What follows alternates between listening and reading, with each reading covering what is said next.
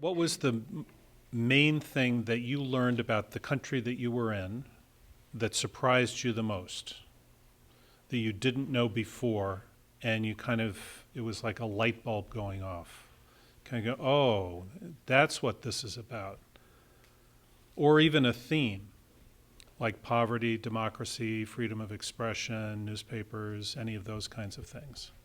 I want to say how Western culture influenced Moroccan culture. I was really shocked by that. Getting there, it was just that everyone was wearing Nike. Everyone was talking about Michael Jordan, basketball. Basketball is really big in Morocco apparently as well. I think it's soccer, and then number two is basketball. There's a lot of people were wearing, yeah, Michael Jordan, Chicago Bulls, and when I would tell them that I was from Chicago, they're like, "Oh, do you know Michael Jordans? Do you hang out with Michael Jordan?" And we're like, "No, I don't know Michael Jordan." Um, I guess it's that too. I expected Morocco to be really conservative, but a lot of the young women, the young girls, wearing jeans, but with the hijab. So they were trying to be traditional in a sense, but then the globalization was influencing the way that they dressed, what music they listened to. I went to a cafe and we were playing pool, but then they had Tupac and rappers playing and things like that. So I mean that was really interesting and that was a shock. I noticed how they view like business and things like that. Like there's no such thing as shopping around for the best price. Everything is the same price in France, and I learned from my professors who live there who told me, like shopkeepers who change their price, it's like they're cheating the system and people will look down on them and say that they have bad business qualities. And so that was like, that's the market. That's like how you do it.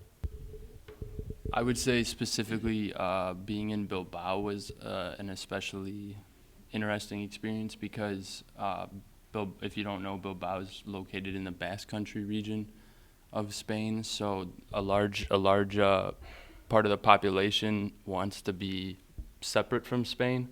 So Bilbao, the city, and the entire region kind of has two identities themselves because there's the Spanish and being part of Spain, but there's also they have their own language, their own culture, which is really interesting to see the contrast between the two. Like Spain is like somewhere 22, 24% unemployment rate, and yet, I don't know, for some reason people they seem happier, they seem more relaxed. It's like something as simple as homework. Like one day I didn't do my homework and my Spanish professor was just like, "That's fine, just bring it tomorrow." And like my jaw dropped. I was just like, "I can bring it tomorrow?" And he was like, "Yeah, like if you didn't have time, it's fine. Just bring it to me tomorrow." Apart from that, too, like he was talking about, like just how relaxed people were. There was no time schedule there, so like if you had to meet up at 3, sometimes you met up at 4 or at 5, and they were fine with it. Like there was no problem with it. It wasn't you weren't disrespecting anyone. It was just expected. So when someone said 4, you'd be there like at 4:30, and that's when you meet up. So it was very relaxing. Living with my host mom, I feel like I felt like a huge influence of food. Like that was the most important thing of her day was when are we going to eat and what are we going to eat? And it wasn't, like in a shortage kind of way. It was just, I really want to enjoy this meal with people. So let's bring everybody together. Let's have dinner. And my lunches were like 2.5 hours every day.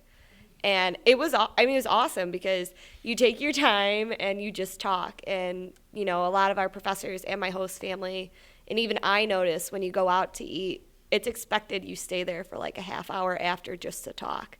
After you've already paid your bill, you just talk. So I really liked it. Very relaxed.